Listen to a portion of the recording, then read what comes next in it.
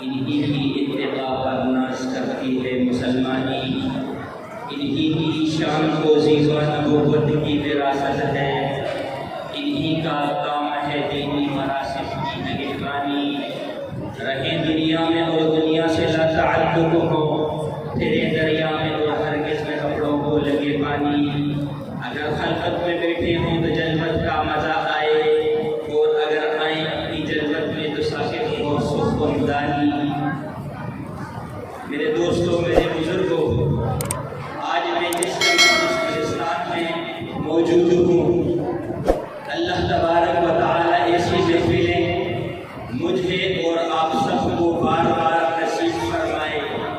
بخاری کا ختم ہے، حفظ قرآن کا ختم ہے، علماء کرام کی سرپرستی ہے، سفید گاڑیوں والے لوگ موجود ہیں۔ میں اگر قسم کھاؤں تو انشاءاللہ عاجز نہیں ہوگا کہ اس محفل میں مستجاب الدعوات والے بھی موجود ہوں گے۔ اس محفل کو فرشتوں نے حساب میں بھی لیا ہوگا۔ اس محفل کے لیے میرے اللہ نے میرا اور آپ کا انتخاب کیا۔ مجھے اور آپ کو ہزاروں لاکھوں لوگوں میں سے چن کر جامع مسجد قبا مدرسہ تقویٰ للبنات کے لیے میرے اور آپ کے رب نے چنا۔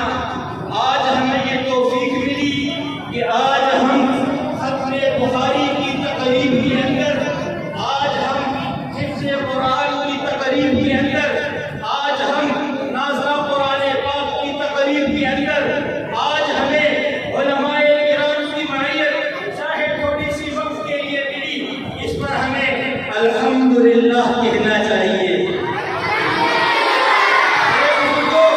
بیان کے لیے نہیں آیا، بیان میرے علماء کر چکے ہیں۔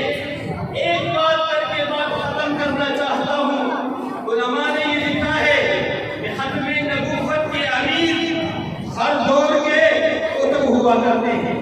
ختم نبوت عالمی تحفظ ختم نبوت کے اس وقت جو عالمی مجلس تحفظ ختم نبوت کے امیر ہیں وہ ڈاکٹر عبدالرزاق اسکندر صاحب دامت برکاتہ العالیہ، جو بنوری ٹاؤن کے شیخ الحدیث سے وہ ہیں۔